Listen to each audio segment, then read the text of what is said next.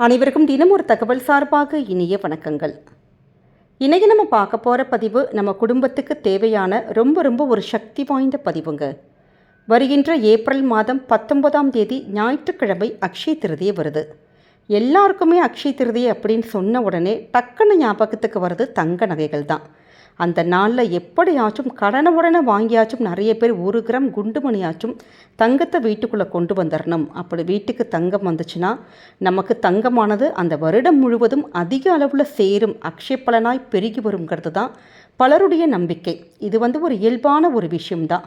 ஆனால் இப்போ தங்கம் விற்கிற விலைக்கு, அதுவும் தங்கம் ஏறுமுகமாக இருக்கக்கூடிய இந்த ஒரு நேரத்தில் நம்முடைய குடும்பத்தில் தங்கம் வாங்கிட்டு வந்தால் நல்லபடியாக தான் இருக்கும். ஆனால் தங்கம் எல்லாராலையுமே வாங்க முடியாத சூழல் இருக்கும் பார்த்தீங்களா? அப்படி தங்கம் எங்களால் வாங்கவே முடியலையே அப்படின்னு நிறைய பேருக்கு மனசுக்குள்ளே சின்னதான கவலைகள் இருக்கும். ஆனால் தங்கத்துக்கு இணையான இந்த ஒரு பொருளை மட்டும் உங்கள் வீட்டு பூஜையில் அதுவும் அக்ஷய திருதியை நாள் அன்னைக்கு வாங்கினோன்னா தங்கத்துக்கான முழு பலனும் நிச்சயமாக நமக்கு கிடைக்குங்கிற ஒரு ஐதீகம் இருக்குது. நமக்கு கண்டிப்பாக தங்கம் வாங்குகின்ற யோகத்தை இந்த ஒரு பொருளை நமக்கு கொண்டு வந்து கொடுத்துரும். அப்படிப்பட்ட சக்தி வாய்ந்த ஒரு ஆன்மீக பதிவு தான் இப்போ நம்ம பார்க்க போகிறோம். பதிவுக்குள்ளே போகிறதுக்கு முன்னாடி நம்முடைய சேனலை நீங்கள் இப்போ வரைக்கும் சப்ஸ்கிரைப் பண்ணாமல் பார்த்துட்ருக்கீங்கன்னா கண்டிப்பாக சப்ஸ்கிரைப் பண்ணிக்கோங்க. அப்போ தான் எங்களுடைய எல்லா நல்ல பதிவுகளுமே உடனுக்குடனே வரும். பக்கத்தில் இருக்கக்கூடிய பெல் பட்டனை மறக்காமல் கிளிக் பண்ணிக்கோங்க. இப்போ பதிவை பார்க்கலாம். நம்முடைய இந்த பதிவை பார்த்துட்ருக்க எல்லாருமே கமெண்ட் செக்ஷனில் ஓம் மகாலட்சுமி தாயே போற்றி, ஓம் லக்ஷ்மி குபேரரை போற்றி அப்படின்னு உங்களுக்கு பிடித்த மந்திரத்தை நீங்கள் பதிவிடுங்க. ஏன்னா அக்ஷய திருதியை எதுவுமா நமக்கு இந்த லக்ஷ்மியுடைய அருள் நமக்கு என்றைக்குமே கிடைக்கணுங்க. வீட்டில் மகாலட்சுமி யோகங்கள் இருந்தால் தான் பொன்னும் பொருளும் நகை பணம் இப்படி எல்லா வகையிலும் சந்தோஷங்கள் எல்லாமே குடிக்கொள்ளும். அப்படிப்பட்ட ஒரு சக்தி வாய்ந்த நாள் தான் அக்ஷய திருதியை நாள். அன்னைக்கு தான் குபேரர் மகாலட்சுமியுடைய அருளை பெற்று செல்வத்துக்கு அந்த பொறுப்பை ஏற்ற தினம். அது மட்டும் இல்லாமல் குசேலருக்கு செல்வத்தையும் பாண்டவர்களுக்கு அல்ல குறையாத அக்ஷய பாத்திரத்தையும் கண்ணன் அருளிய தினமும் இந்த அக்ஷய திருதியை நாள் அன்னைக்கு தான். அதே மாதிரி நிறைய சிறப்புகள் இந்த நாளுக்கு இருக்குது. அறிவியல் ரீதியாகவும் சரி, ஆன்மீக ரீதியாகவும் ஜோதிட ரீதியாகவும் இந்த ஒரு நாள் நமக்கு ஒரு சிறப்பான நாளாக கருதப்படுது. ஏன்னா அக்ஷயம் அப்படின்னு சொல்லிட்டாலே நமக்கு பெருகி கொண்டே இருக்கும். இந்த நாளில் செய்யக்கூடிய எல்லா விதமான காரியங்கள், சுப விஷயங்கள் எதுவாக இருந்தாலும், தானங்கள், தர்மங்கள், நல்ல விஷயங்கள், அப்படி சின்னதான ஒரு தீப வழிபாடுகள், அப்படி நம்ம எது செஞ்சாலுமே அதனுடைய பலன்கள் நமக்கு பெருகி கொண்டே போகுங்கிறதுனால தான் இந்த நாளில் தங்கம் வாங்கிறதுங்கிறது ஒரு பழக்கமாகவே இப்போ மாறிடுச்சு. அப்படிப்பட்ட இந்த நாளில் நமக்கு தங்கத்துக்கு பதிலாக வேறு என்னெல்லாம் பொருட்கள் வாங்கினா குடும்பத்துக்கு சுபிக்ஷங்கள் வரும், அப்படி நீங்கள் தங்கம் வாங்கணும்னு ஆசைப்பட்டீங்கன்னா தங்கம் வாங்குவதற்கும் நம்முடைய வீட்டில் பூஜை அறையில் நம்ம பூஜை பண்ணுறதுக்கும் ரொம்ப உகந்த நேரம் எதுங்கிறது இப்போ தெரிஞ்சுக்கலாம். முதல்ல அக்ஷய திருதியானது நமக்கு ஏப்ரல் மாதம் 19ஆம் தேதி ஞாயிற்றுக்கிழமையில் பகல் 10:49 மணிக்கு இந்த திருதியை திதி தொடங்குது. அப்படி ஏப்ரல் 20ஆம் தேதி காலையில் 7:27 மணி வரைக்கும் இந்த திதி இருக்குது. எப்பொழுதுமே இந்த திருதியை அந்த நேரத்தில் நம்ம செஞ்சுற வழிபாடுகள், அந்த தங்கம் வாங்குறதா இருக்கட்டும், இல்லை வேறு மங்கள பொருட்கள் வாங்குறதா இருக்கட்டும், இந்த பூஜைகள் பண்ணுறது அந்த பர்டிகுலர் நேரத்தில் பண்ணுறதுங்கிறது ரொம்ப அக்ஷய பலனை நமக்கு பெருக்கி தருங்கிற ஒரு ஐதீகம் இருக்குது. அப்படி இப்போ உங்கள் வீட்டில் 1 கிராம் தங்கமோ வெள்ளியோ அது மாதிரி வாங்கணும், பூஜைகள் பண்ணணும்னு சொன்னீங்கன்னா பூஜை செய்யறதுக்கான உகந்த நேரம் காலையில் 10:49 மணிலேருந்து மதியம் 12:21 மணி வரைக்கும் இருக்குது. தங்கம் வாங்குவதற்கான ஒரு பொதுவான ஒரு நேரம், தங்கம் வெள்ளி வேறு எது வேணாலும் நீங்கள் இந்த நேரத்தில் வாங்கிக்கலாம். ஏப்ரல் மாதம் காலையில் 19ஆம் தேதி 10:49 மணிலேருந்து ஏப்ரல் மாதம் 20ஆம் தேதி அதிகாலை 5:52 மணி வரைக்கும் இருக்குது. தங்கம் வாங்குவதற்கான சுப நேரங்கள், ரொம்ப விசேஷமான நேரம் பார்த்திங்கன்னா நல்லபடியான ஒரு லாப யோகம், நல்ல ஒரு அமிர்த யோகம் அந்த நாளில் எப்போ வந்திருக்குன்னு கேட்டிங்கன்னா ஏப்ரல் 19 காலையில் 10:49 மணிலேருந்து மதியம் 12:21 மணி வரைக்கும் இருக்குது. அப்படி மதியான நேரத்தில் கடைக்கு போகிறவங்களா இருந்தால் மதியம் 1:58 மாலை 3:35 மணிலேருந்து இருக்குது. இப்போ ராத்திரி நிறைய பேர் மாலை நேரத்துக்கு அப்புறம் போவோம் பார்த்தீங்களா? அப்படின்னா மாலை 6:50 மணிலேருந்து ராத்திரி 10:58 மணி வரைக்கும் இருக்குது. இப்படி நமக்கு அந்த ஏப்ரல் மாதம் 19ஆம் தேதி இவ்வளவு நல்ல ஒரு சுப நேரங்கள் நமக்காக இருக்குது. இதில் தங்கம் வாங்குறவங்க இந்த நேரத்தை நம்ம தாராளமாக பயன்படுத்திக்கலாம்.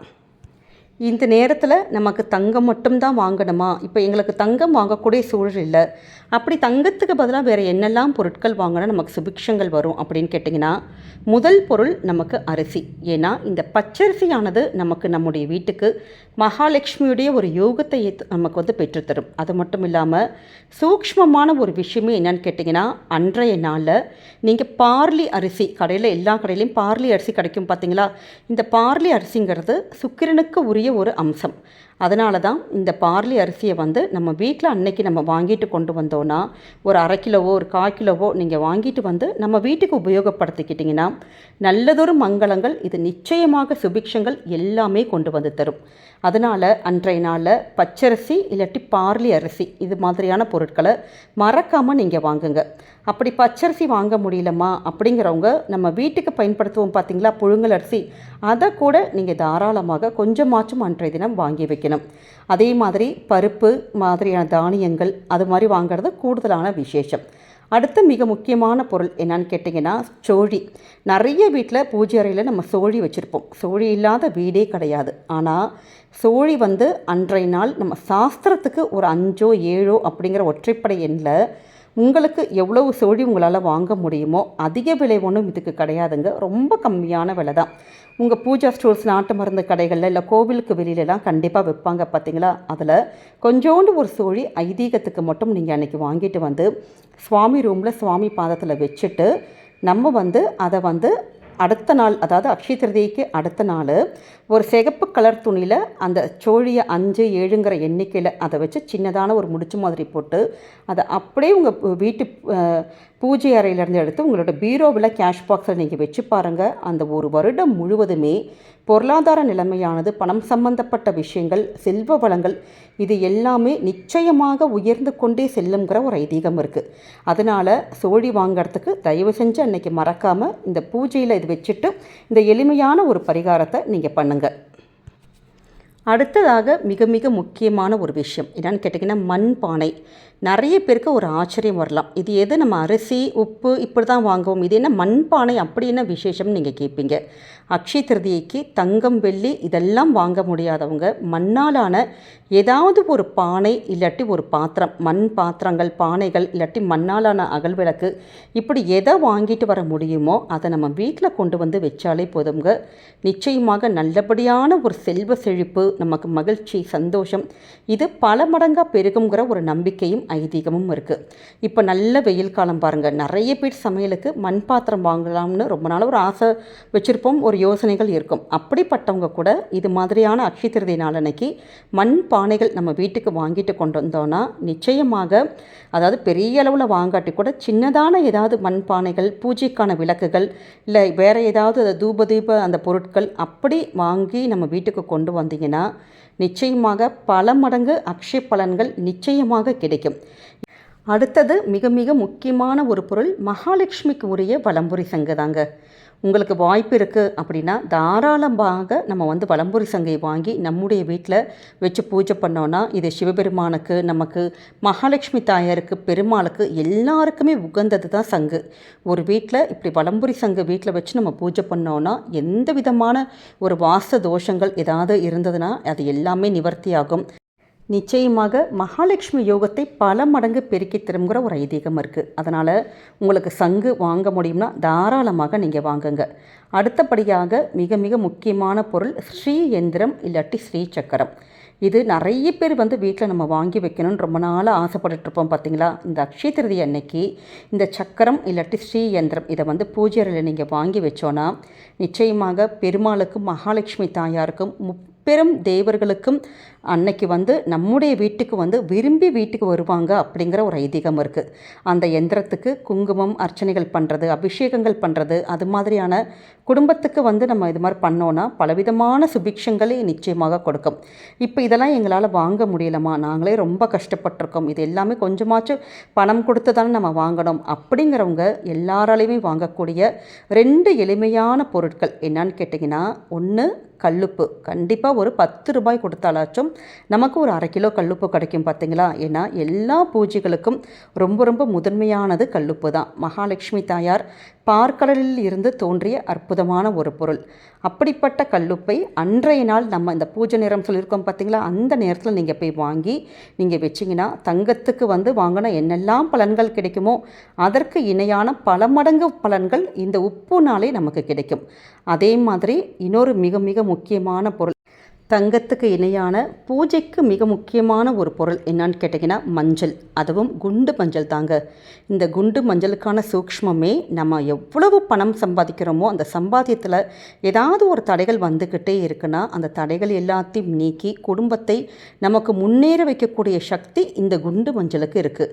அதனால தான் பூஜையில் எப்பயுமே குண்டு மஞ்சள் இருக்கிற மாதிரி நம்ம பார்த்துக்கோங்கன்னு சொல்லியிருக்கோம். அப்படி இந்த அக்ஷய திருதியை நாளன்னைக்கு குண்டு மஞ்சள் நீங்கள் ஐதீகத்துக்காச்சும் கொஞ்சமாவது நம்ம வாங்கிட்டு நம்முடைய பூஜை அறையில் நீங்கள் வைக்கலாம். இப்போ அது மாதிரி இல்லைம்மா மஞ்சள் வாங்கலாமா அப்படின்னு கேட்டிங்கன்னா தாராளமாக மஞ்சள் தூளும் நம்ம வாங்கி வைக்கலாம். இது ரெண்டுமே ரொம்ப ரொம்ப எளிமையான பொருட்கள் தான். நம்ம ஒரு தடவை பூஜை பண்ணிவிட்டு தாராளமாக அதை நம்முடைய சமையலுக்கோ இல்லை வேறு ஏதாவது பூஜைக்கோ நம்ம உபயோகப்படுத்திக்கலாம். இந்த அக்ஷய திருதியைக்கு நீங்கள் நம்ம சொல்லுகின்ற இந்த பொருட்களில் நீங்கள் மறக்காமல் நீங்கள் வாங்கி வச்சு பூஜை பண்ணி பாருங்கள். அடுத்த அக்ஷய திருதியை நாளுக்குள்ளே நம்முடைய குடும்பமானது ஒரு பணத்தாலையும் சரி, ஒரு பொன்னாலையும் தனதானியத்தாலையும் ஒரு பொருளாதார நிலைமையில் நிச்சயமாக பல மடங்கு நம்ம உயர்ந்து செல்வ நிலையில் நிற்போங்கிறது இது ஒரு அசைக்க முடியாத ஒரு நம்பிக்கை. அதனால் தங்கம் தான் வாங்கணும், வெள்ளி வாங்கணும், பலவிதமான பொருட்கள் வாங்கணுங்கிற கட்டாயம்லாம் கிடையாது. நம்ம சொல்லுகின்ற பொருட்கள் ஏதாவது நீங்கள் ஒன்று வாங்கி வைக்கலாம். முடியாதவங்க இந்த கல்லுப்பையும் குண்டு மஞ்சளையும் வாங்கி அன்றைய நாள் மறக்காமல் நீங்கள் பூஜையில் வச்சு வழிபட்டு பாருங்கள். நிச்சயம் மகாலட்சுமி தாயாருடைய அந்த யோகமும் லக்ஷ்மி குபேரருடைய அருளும் உங்களுக்கும் உங்கள் குடும்பத்துக்கும் என்றைக்குமே பரிபூர்ணமாக நிறைஞ்சிருக்கும்.